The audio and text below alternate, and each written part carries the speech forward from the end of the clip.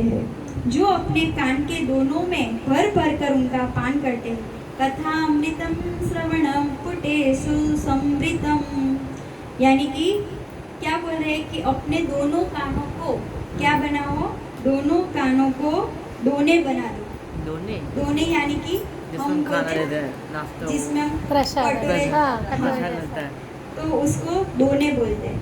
तो बोल रहे हैं कि दोनों कानों को दोने बना दो और दोने बना के निरंतर भगवान की कथा सुनते रहो। उनके हृदय से विषयों का विषैला प्रभाव जाता रहेगा।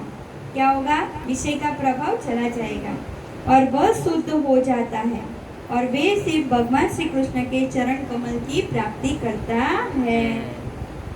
पिबन्ति ये भगवत आत्मनः सतां कथामृतं श्रवणं पुटेषु समृतं पुनन्ति ते विषय विदूषिताशयं व्रजन्ति तच्चरणं सरोरुहं कान्तिम्। इसी के साथ द्वितीय अध्याय हम भगवान के चरण कमल में अर्पित करते हैं।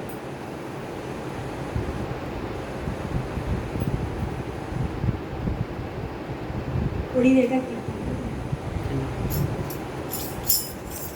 राधे गोविंद बोलो, राधे गोविंद, राधे गोविंद बोलो, राधे गोविंद, राधे गोविंद बोलो, राधे गोविंद, राधे गोविंद बोलो, राधे गोविंद, राधे गोविंद बोलो, राधे गोविंद, राधे गोविंद बोलो, राधे गोविंद, राधे गोविंद बजो, राधे गोविंद, राधे गोविंद बजो, राधे गोविंद, राधे गोविंद बोलो, राधे गोविंद, राधे गोविंद बोलो, राधे गोविंद, राधे गोविंद बजो, राधे गोविंद, राधे गोविंद बजो, राधे गोविंद, राधे गोविंद बोलो, राधे गोविंद, राधे गोविंद बोलो, राधे गोविंद, राधे गोविंद बोलो, राधे गोविंद, राधे गोविंद बोलो, राधे गोविंद, राधे गोविंद बोलो, राधे गोविंद, राधे गोविंद बोलो, राधे गोविंद, राधे गोविंद बजो, राधे गोविंद, राधे गोविंद बजो, राधे गोविंद, राधे गोविंद बजो, राधे गोविंद। राधे गोविंद बजो, राधे गोविंद। अब तृतीय अध्याय में कामनाओं के अनुसार विभिन्न देवताओं की उपासना दिखाई गई है कि जिसको जो इच्छा हो वो ऐसे भगवान को भजेगा, है ना। तो बहुत संक्षिप्त में इसका वर्णन करेंगे क्योंकि हमारा अभी द्वितीय संधि चलता है ना। ब्रह्मवर्चस कामास्तु यजेत ब्रह्मणस्पतिम इंद्रमिंद्रिय कामस्तु प्रजा काम प्रजापतिम। देखो मैं जल्दी जल्दी बोल लेती हूँ, आप ध्यान से सुनना।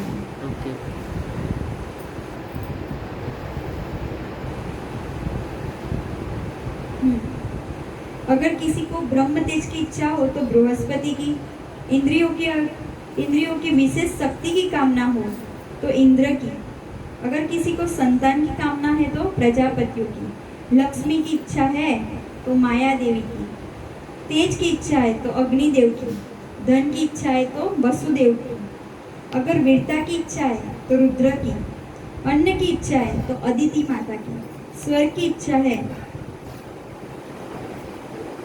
स्वर्ग की कामना है तो देवताओं की, राज्य की इच्छा है तो विश्व देवों की,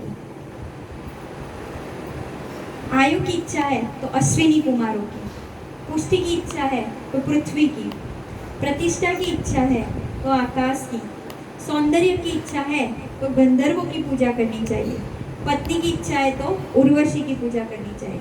उत्तराखंड में उर्वशी का मंदिर भी है, उर्वशी अप्सरा अप्सरा का। सबका स्वामी बनने की इच्छा है तो ब्रह्मा जी की। अगर किसी को चाहिए यश तो यज्ञ पुरुष की। खजाने की इच्छा है तो वरुण की, यानी पांच जल वरुण देवता।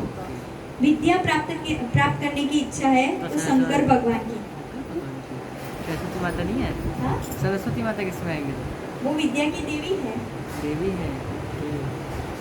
विद्या की प्राप्ति के लिए शंकर भगवान की।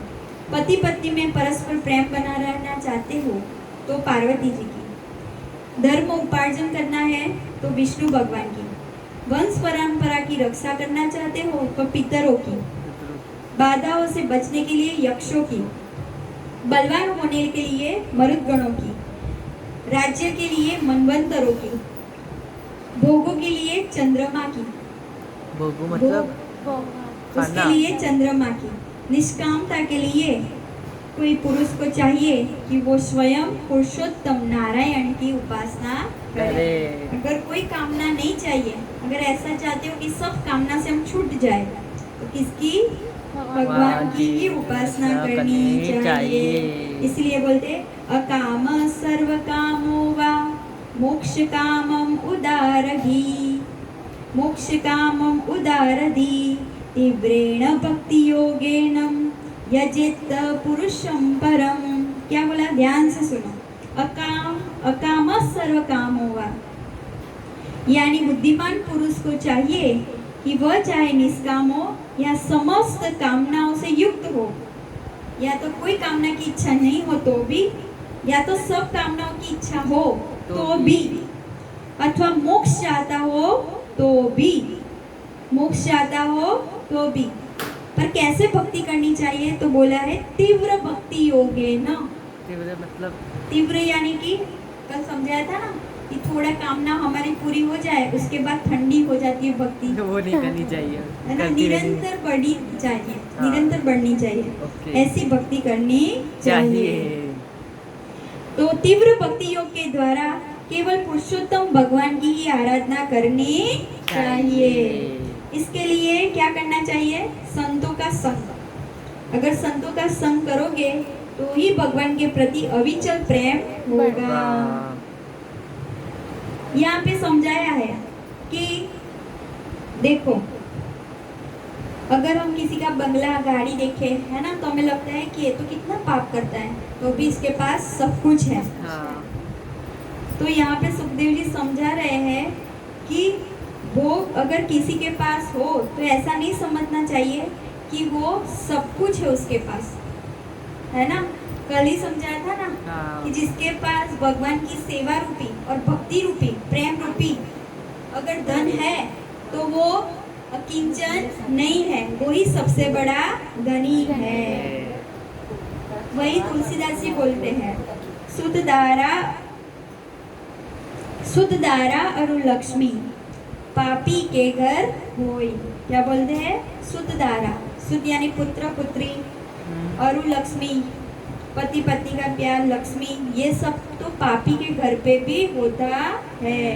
पर क्या दुर्लभ है? यहाँ पे क्या समझाया कि अगर प्यार की इच्छा हो भगवान के प्रति तो संतों का संग होना चाहिए। तो बोला कि संत समागम हरि कथा, संत समागम हरि कथा तुलसी दुर्लभ दोई। ये दो बहुत ही दुर्लभ है। क्या? संत का समागम होना, हमें सत्संग मिलना, और दूसरा हरि की कथा सुनना। और वही दो दुर्लभ चीज हमें मिल रही है। बोलो भागवत महापुराण की जय। और ऐसे पुरुष को निरंतर सत्संग में रह के भगवान की लीला कथाएं सुननी चाहिए। आगे सौनक जी पूछते हैं, आगे फिर से सौनक जी आगे।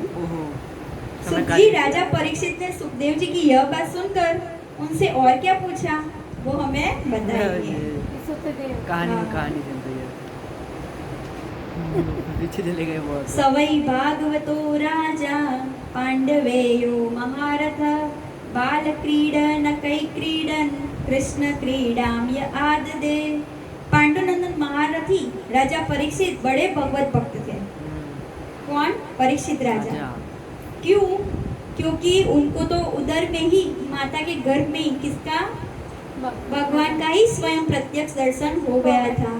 इसीलिए जब बाहर निकले तो जैसे ही गोदी में लिया ना, तो हर एक में ढूंढते थे कि इसमें भगवान कौन है। मैंने जो उस समय देखा था वो कहाँ है, वो कहाँ थे।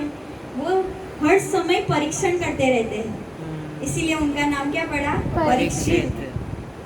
और उनका दूसरा नाम है विष्णु रात, जो विष्णु भगवान की कृपा से जिंदा है, इसलिए उनका नाम विष्णु रात बोला गया है। और दूसरा नाम क्या है? परीक्षित। क्यों है? क्योंकि हर समय परीक्षण करते हैं। वो अगर खेलते तो भी कैसा खेल खेलते? तो भगवान के ही खिलौने से खेलते हैं। तो बाल्यावस्था में खिलौने से खेलते समय भी वे कृष्ण लीला का ही रस लेते थे। तो ऐसे परीक्षित राजा की जय हो, जिसका समय भगवान श्री कृष्ण के गुणों के गान अथवा श्रवण में व्यतीत हो रहा है।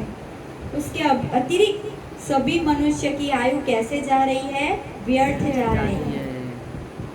अब क्यों ऐसा बोला? अब देखो, समझाया है सुखदेव जी महाराज ने।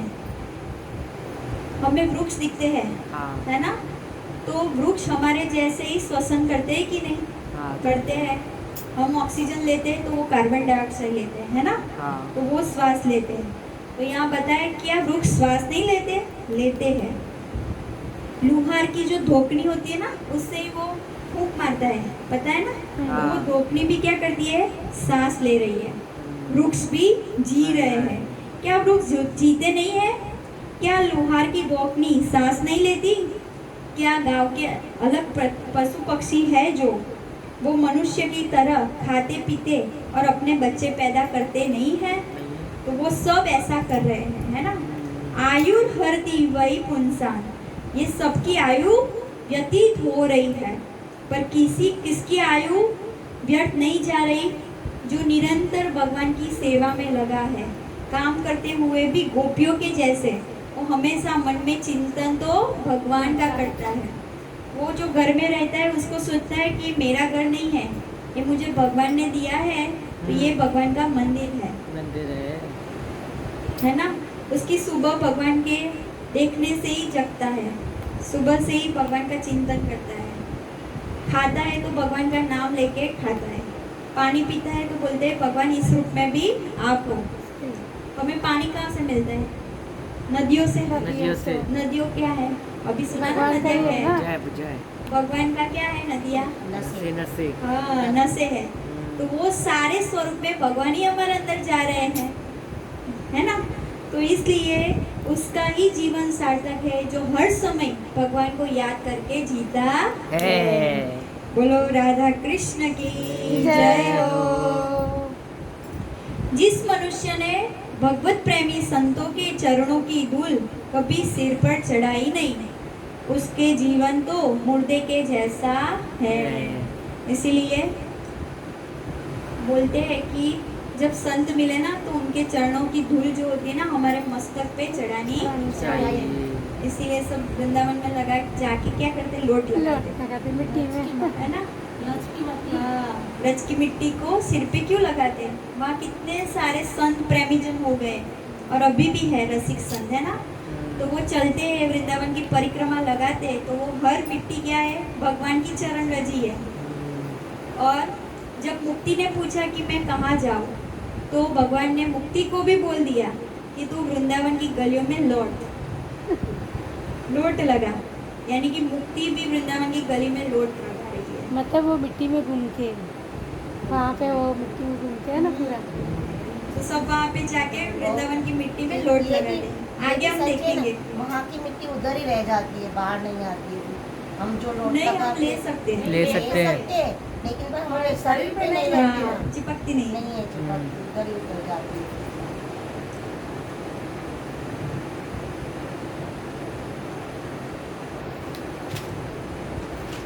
बोलो श्री कृष्ण कन्हैया लाल की जय।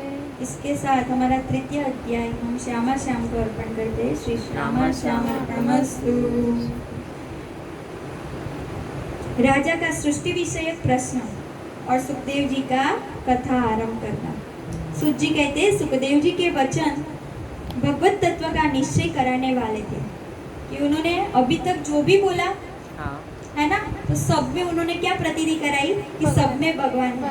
हाँ अब परीक्षित राजा की बुद्धि किसमें स्थिर हो गई? भगवान भगवान में। में। कि अरे मेरे सामने जो है वो भी वो भी भगवान भगवान है, है। सब जगह पे भगवान है।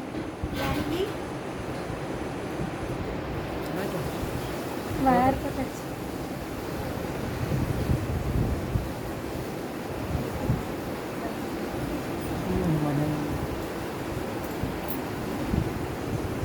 चालू है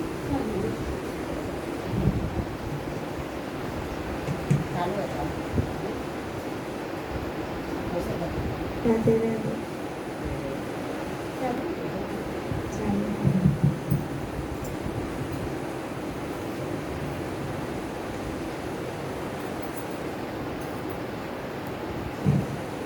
बोलो वृंदावन की जय, रजरानी की जय यमुना महारानी की।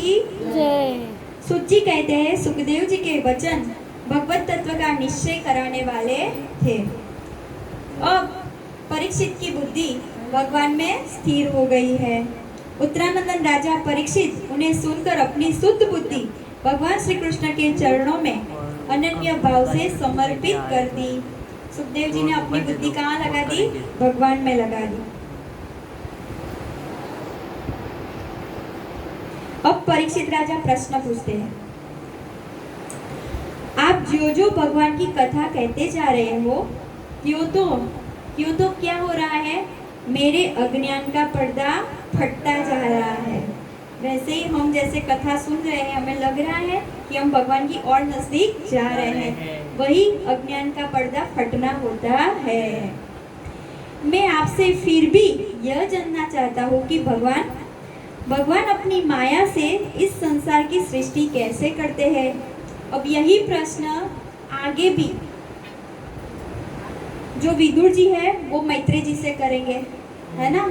तो ये सारा वर्णन किसमें आएगा? आगे भी आएगा, है ना? तो हम बहुत संक्षिप्त में इसको देखेंगे। क्या प्रश्न पूछा कि भगवान इसकी सृष्टि कैसे करते हैं? ये जितने प्रश्न है ना, वही सेम प्रश्न नारद जी है ना, वो ब्रह्मा जी से करेंगे। नारद जी ब्रह्मा जी से करेंगे। वही सेम प्रश्न कौन करेगा? मैत्रेय जी है ना, विदुर जी नहीं, विदुर जी मैत्रेय जी से करेंगे। विदुर जी मैत्रेय जी से करेंगे। और अभी ये प्रश्न कौन कर रहा है? परीक्षित राजा सुखदेव जी से कर रहे हैं। क्या कि भगवान अपनी माया से इस संसार की सृष्टि कैसे करते हैं? भूय एवं विविस्सामि भगवानात्मा मया भगवनात्मा मायया यथेदं सृजयते विश्वं दुर्विभाव्यमधीश्वरै। इस संसार की रचना तो इतनी रहस्यमयी है कि ब्रह्मादि भी समर्थ लोकपाल भी इसके समझने में भूल कर बैठते हैं, जबकि सारी सृष्टि का सर्जन किसने किया है? ब्रह्मा जी। भगवान के आदेश से किया है, तभी उसको उनको भी समझ में आती नहीं है। भगवान कैसे इस विश्व की रक्षा और फिर संहार करते हैं? अनंत शक्ति परमात्मा किन किन शक्तियों का आश्रय लेकर अपने आप को ही खिलौना बनाकर उससे खेलते हैं। तो हम सब उनके क्या है? खिलौने। वे बच्चों के बनाए हुए घरोंदों की तरह ब्रह्मांडों को कैसे बनाते हैं? और फिर यहाँ पे क्या बोला? ब्रह्मांडों को कैसे बनाते हैं? तो हम जो रह रहे हैं वो एक ब्रह्मांड है ना। इसके अलावा बोला गया है कि भगवान जो है वो तो कैसे स्वरूप में? विराट स्वरूप में, है ना? गीता में भगवान ने अर्जुन को दिखाया था। तो वो विराटमय भगवान जो है, उनके जितने रोम छिद्र है ना, उतने रोम छिद्र जितने हैं ना, उतने ब्रह्मांड है। सोच लो, यानी कि उसमें इतनी सृष्टि चलती होगी। भी हम किसी और सृष्टि में भी होंगे। तो इतने सारे ब्रह्मांड है और उस सब में वहाँ पे विष्णु भगवान भी हो गए, वहाँ पे ब्रह्मा जी भी हो गए। यहाँ जो ब्रह्मा जी है ना वो 4 मुख वाले हैं, वैसे 1000 मुख वाले भी ब्रह्मा है ना। तो ऐसी भगवान की सृष्टि है, इसीलिए तो ब्रह्मा जी चक्कर खा जाते हैं। हमारे तो हम तो कुछ नहीं हम कुछ नहीं, जब भी हमें ऐसा लगे कि हम कुछ है तो ये सोच लेने का। हम कल तो देखा था ना हमने कि सहस्त्र फैन के ऊपर, एक फैन के ऊपर जो शेषनाग जी है उन्होंने पृथ्वी को कैसे टिकाए रखा है, राई के दाने की तरह। तो सोच लो हम क्या है उनके लिए। और बोला आगे आएगा कि ब्रह्मा जी ने इस सृष्टि को कैसे रखा है, तो वो ऐसे देख रहे हैं कि ये सृष्टि है ना, आंवला का फल कैसे हमारी हथेली पे रखते हैं वैसे उनको सृष्टि दिखती है। तो इतने बड़े ब्रह्मा जी।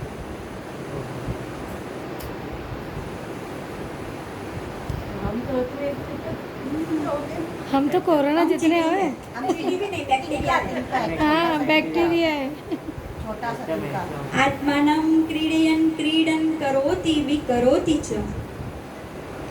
वे बच्चों के बनाए हुए घरौंदों की तरह ब्रह्मांडों को कैसे बनाते हैं और फिर किस प्रकार बात की बात में उसे मिटा देते हैं। भगवान श्री हरि की लीलाएं बड़ी बड़ी अद्भुत अचिंत्य है, इनमें संदेह नहीं कि बड़े बड़े विद्वान भी इस लीला का रहस्य समझ पाने में असमर्थ है। भगवान तो अकेले ही है, वे बहुत से कर्म करने के लिए पुरुष रूप से प्रकृति के विभिन्न गुणों को एक साथ ही धारण करते हैं अथवा अनेकों अवतार ग्रहण करते हैं, उन्हें क्रमशः धारण करते हैं। आप वे समस्त भगवान के अवतारों की मुझे कथा सुनाओ। सुत जी कहते हैं, जब राजा परीक्षित के भगवान के गुणों का वर्णन करने के लिए इस प्रकार प्रार्थना की, तब श्री सुखदेव जी ने क्या किया, बार बार भगवान का स्मरण किया। इसीलिए कोई भी कार्य चालू करने से पहले हमें भगवान का स्मरण और भगवान को नमन करना चाहिए। बोलो कृष्ण कन्हैया लाल की जय। वही भगवान सत्व, रजस और तमोगुण 3 शक्तियां का स्वीकार करते हैं। कौन से 3 गुण? सत्व, रजस और तमस। देखो अगर वो स्वीकार नहीं करते तो सृष्टि का सर्जन नहीं होता। सत्व स्वरूप कौन है? सत्व स्वरूप है स्वयं भगवान, भगवान विष्णु, है ना। रजस स्वरूप है वो कौन है? ब्रह्मा। यानी हम भी देखो हमारे अंदर क्रिएटिविटी है कि नहीं, है ना। हम भी कुछ ना कुछ बनाने की इच्छा करते हैं और हमें किसने बनाया? ब्रह्मा जी ने। तो ब्रह्मा जी किसका स्वरूप है? रजस गुण का। इसलिए हमारे अंदर प्राधान्य किसका है? रजोगुण का। और रजोगुण में रहना नहीं है, उससे ऊपर उठना है ना।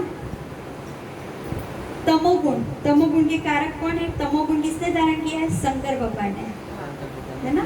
तो ऐसे भगवान तमोगुण यानी संहार, डिस्ट्रॉय करना, है ना। तो इसलिए भगवान को बोलते हैं गॉड। जी जनरेटर, ओ ऑपरेटर और डी डिस्ट्रॉयर। तो भगवान ये 3 गुणों को धारण करते हैं जो समस्त चर अचर प्राणियों के हृदय में कैसे बैठे हैं? अंतर्यामी रूप से। कभी कोई डॉक्टर हार्ट का ऑपरेशन करता है तो उसे भगवान दिखे? तो अंतर्यामी रूप में वो छिपे हैं। पर कोई होता है जो प्रहलाद जी जैसा भक्त होता है, ध्रुव जी जैसा भक्त होता है, वो भगवान को हृदय में कैद कर लेता है ना। नारद जी जैसा भक्त होता है वो ध्यान में भगवान को कैद कर लेता है, फिर वो भगवान जा सकते नहीं है। यहाँ तक भी देखा गया है कि जो कंटिन्यूअस नाम जप करता है ना, उसके रोम रोम में वो छप जाता है। उसके साथ भी कोई बैठे ना तो वहाँ से आवाज आती है। जैसे जनाबाई, है ना। जनाबाई अपने बनाए हुए कंडे के लिए झगड़ रही थी। अब जनाबाई तो कोई वेदोक्त तो नहीं थी, उनके गुरु नामदेव जी थे और वो काम वाली बाई थी। वो नामदेव जी के वहाँ पे काम करने आती थी। तो नामदेव जी का इतना भक्ति देखकर उसको भी ऐसा हुआ कि मैं भी भगवान की भक्ति करूं। तो नामदेव जी ने ऐसा बोला कि तुझे तो कुछ आएगा नहीं, मंत्र तेरे लिए कुछ काम नहीं करेंगे, तू एक काम कर, तू सिर्फ विठ्ठला विठ्ठला कर। तो उसने वही मंत्र मान लिया और विठ्ठला विठ्ठला करने लगी, है ना। इस तरीके से उसने जपा कि उसके बनाए कंडे में से भी आवाज आती थी, विठ्ठल विठ्ठल विठ्ठल। तो एक दिन क्या हुआ, वो कंडे के लिए जो बनाए हुए थे उसने, वो जो उसके नज़दीक में रहती थी उससे झगड़ने लगी और बोली कि ये कंडे मेरे हैं, वो बोले ये कंडे मेरे हैं। तब प्रश्न आया कि किसके कंडे हैं, और उसी टाइम पे कबीर जी महाराज उनके दर्शन के लिए आए हुए थे। कबीर जी महाराज ने सोचा, अरे ये क्या, जिनके तो मैं दर्शन करने आया हूँ वो मैंने सुना था भगवान की भक्ता है, और मैंने तो सुना है भगवान के भक्त ऐसी छोटी मामूली चीज़ के लिए झगड़ते नहीं हैं, तो ये तो सिर्फ एक मामूली कंडे के लिए झगड़ रही है। तो जनाबाई से पूछा, ऐसा क्यों कर रही हो? तब उन्होंने बोला, अरे ये तो मेरे भगवान की जो प्रसादी है ना, वो सिद्ध करने के लिए मैंने कंडे बनाए हैं, और उस कंडे में से आवाज़ आती है विठ्ठला विठ्ठला। तब जाके कबीर जी ने ध्यान से सुना तो कंडे में से भी आवाज़ आ रही थी, क्या, विठ्ठला विठ्ठला। तो यानी कि जब भगवान का भक्त रोम रोम से कोई जाप करता है तो उसका हर एक शरीर का भाग वो उसमें ढल जाता है ना। ऐसे एक एग्जाम्पल नहीं है, बहुत सारे एग्जाम्पल हैं। जैसे जनाबाई, वैसे ही चोखा मेला हो गए, महाराष्ट्र के भक्त, हाँ, चोखा उनकी हड्डियाँ जमीन के अंदर डटी हुई थी, और वो वहाँ जो जब पूरा गिरा ना मकान, तो उसमें बहुत सारे दबके मर गए थे। तभी नामदेव जी ने बोला कि जिस हड्डी में से आवाज़ आ रही हो ना विठ्ठला, वही किसकी हड्डी होगी, चोखा मेला की। तब जाके वो हड्डियाँ मिल गई। तो हड्डियों से भी पहचान ली। हाँ, हड्डियों से भी पहचान हो गई। यहाँ तक जो नाम जप करता है ना, उसका ब्लड हम देखते हैं ना, तो उसी में नाम जप दिखता है हमें।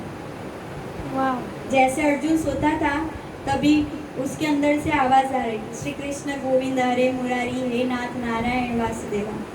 और यहाँ तक शंकर भगवान ब्रह्मा जी सब ये आवाज सुनने के लिए आए हुए थे, है ना। तो भगवान के भक्त इतना जपते, भगवान को इतना प्यार करते कि उनके पूरे शरीर में भगवान छप जाते, इम्प्रिंट हो जाते। बोलो श्याम सुंदर की जय हो। जब परीक्षित राजा ये प्रश्न करते हैं तब सुखदेव जी अपने भगवान को याद करते हैं और अलग अलग श्लोक के द्वारा उनका मंगलाचरण करते हैं। ऐसे 25 श्लोक यहाँ पे है। 25 श्लोकों में सुखदेव जी ने भगवान को प्रणाम किया है और मंगलाचरण किया है। तपस्विनो दानपरा यशस्विनो मनस्विनो मंत्रविदः सुमंगलाः। बड़े बड़े तपस्वी, दानी, यशस्वी, मनस्वी, सदाचारी और मंत्रवेत्ता जब तक अपनी साधना को तथा अपने आप को उनके चरणों में समर्पित नहीं कर देते, तब तक उन्हें कल्याण की प्राप्ति होती नहीं है। तो कल्याण की प्राप्ति का एक ही मार्ग है, क्या, अपने आप को भगवान को दे दो, है ना। हमारा कुछ भी नहीं है। मेरा कोई न सहारा बिन तेरे, गोपाल मुरलिया मेरे। मेरा कोई न सहारा बिन तेरे, गोपाल मुरलिया मेरे। तो ऐसे अपने आप को किसको दे देना है, भगवान को। श्री हरि शरणम। जिनके प्रति आत्मसमर्पण की ऐसी महिमा है, उन कल्याणमयी कीर्ति वाले भगवान को हम बार बार नमस्कार करते हैं। ऐसे 25 श्लोक है, पर उसमें से हम थोड़े श्लोक लेके यहाँ पे वंदन कर लेंगे। अब ये सारे श्लोक में अलग अलग रूप से सुखदेव जी महाराज भगवान का नमस्कार और उनको प्रणाम कर रहे हैं। देखो, जिनका कीर्तन, जिनका स्मरण, जिनका दर्शन, जिनका वंदन, जिनका श्रवण और जिनका पूजन जीवों के पापों का तत्काल नष्ट कर देता है। हम कुछ भी भगवान का करते हैं तो भगवान क्या करते हैं, हमारे पापों को नष्ट कर देता है ना। यानी भगवान के पास जाओगे तो वो क्या करेंगे, सब कुछ चुरा लेंगे। इसीलिए भक्तों ने क्या बोला है, चोर अग्रगण्यम पुरुषम नमामि। भगवान चित्त चोर है, चित्त भी चोरी कर लेते हैं। और हमारे पास जो कलुष है यानी कि जो पाप है उसका भी नाश कर देते हैं। काम, क्रोध, लोभ, मद, मत्सर हमारे अंदर जो है ना उसका भी भगवान नाश कर देते हैं। भगवान है ना अपने भक्तों का कोई भी संबंध रखते ही नहीं, रखवाते ही नहीं, सारे संबंध नष्ट करवा देते हैं। यहाँ तक उनका धन भी लास्ट में लूट जाता है। तो किसी की चीज में इच्छा ही ना रहे। फिर कोई ने पूछा कि ऐसा क्यों भगवान, आपकी भक्तों से दुश्मनी है, किस ऐसा आप करते हो, सब कुछ संबंध भी नहीं रखते, उसका कुछ रहता ही नहीं है। तो भगवान ने बोला कि उसको सब कुछ पहले मैं ले लेता हूँ, क्योंकि उसका कहीं भी मेरे अलावा मन जाए नहीं। फिर जब वो मेरे में स्थित हो जाता है तब मैं उसको सब कुछ देता हूँ। जैसे सुदामा है ना, कोई भी भक्त का देख लेना, पहले तो उसको बहुत कष्ट मिलेंगे और बाद में फिर वो मिलेंगे। ऐसे भगवान को हम नमस्कार करते हैं। भगवान को सिर्फ नमस्कार करने का ही हमें नियम लेना चाहिए। अगर हम ऐसा नियम लेते हैं, वृंदावन के जो संत होते हैं ना वो तो दंडवती लगाते हैं, है ना, पर लेडीज को सिर्फ स्तन नहीं टच होना, वैसे दंडवत करना चाहिए। दंडवत नहीं बोलते, पंचांग प्रणाम बोलते हैं, है ना, वैसे प्रणाम करना चाहिए। क्योंकि ये स्तन का भार पृथ्वी उठा सकती नहीं है, इस स्तन के द्वारा ही हम पालन पोषण करते हैं। इसलिए तो नमस्कार का हमें नियम लेना चाहिए। क्यों? क्योंकि शास्त्रों में बोला गया है कि एकोपि कृष्णस्य कृतः प्रणामो, कृष्ण को एक बार नमन करने से एकोपि कृष्णस्य कृतो प्रणामो दशाश्वमेधावी वृथेन तुल्य, 10 अश्वमेध यज्ञ करने का फल मिलता है। सोचो, सिर्फ एक बार अगर भगवान को हम प्रणाम करते हैं ना तो कितने अश्वमेध यज्ञ करते हैं हम? 10 अश्वमेध यज्ञ, दशाश्वमेधावी वृथेन तुल्य। अब अगर किसी ने 10,000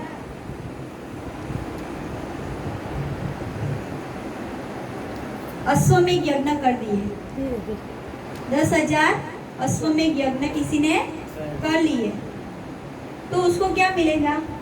उसको ब्रह्मलोक तक जाएगा वो, या तो स्वर्गलोक, ब्रह्मलोक ऐसा मिलेगा, ऊपर के लोक में वो जाएगा। तो यहाँ बोले दशाश्वमेधावी वृथेन तुल्य, दशाश्वमेधावी पुनरेपि जन्म। अगर कोई 10,000 अश्वमेध यज्ञ करता है तो उसको पुनर्जन्म हो सकता है, क्योंकि वो ब्रह्मलोक तक जाएगा, है ना, लास्ट से लास्ट ब्रह्मलोक है, वहां तक वो जाएगा और फिर उसका दूसरा जन्म होगा, क्योंकि उसको कर्म के बंधन को छोड़ने के लिए तो वापस कहाँ आना पड़ेगा? पृथ्वी लोक पे आना पड़ेगा, है ना। तो एकोपि कृष्ण से कृतो प्रणाम दशाश्वमेधावी वृथेन तुल्य, दशाश्वमेधावी पुनरेपि जन्म। अगर कोई 10,000 अश्वमेध यज्ञ करता है तो उसे वापस जन्म मिल सकता है, पर कृष्ण प्रणामो न पुनर्भवाय, कृष्ण को एक बार प्रणाम करने से कोई इस संसार में बार बार आएगा नहीं। तो ये मंत्र बोल के हमें भगवान को प्रणाम करना चाहिए। तो इसलिए पक्का हो गया कि हम फिर से आने वाले नहीं। कौन सा मंत्र है? लिख के दूंगी मैं। तो इसलिए सुखदेव जी महाराज मंगलाचरण करते हुए बार बार भगवान को प्रणाम कर रहे हैं। नमस्तस्मै भगवते वासुदेवाय वेदसे अपूर्ज्ञानमयं सौम्य यन्मुखाम्बुरुहावसं यन्मुखाम्बुरुहासवम्।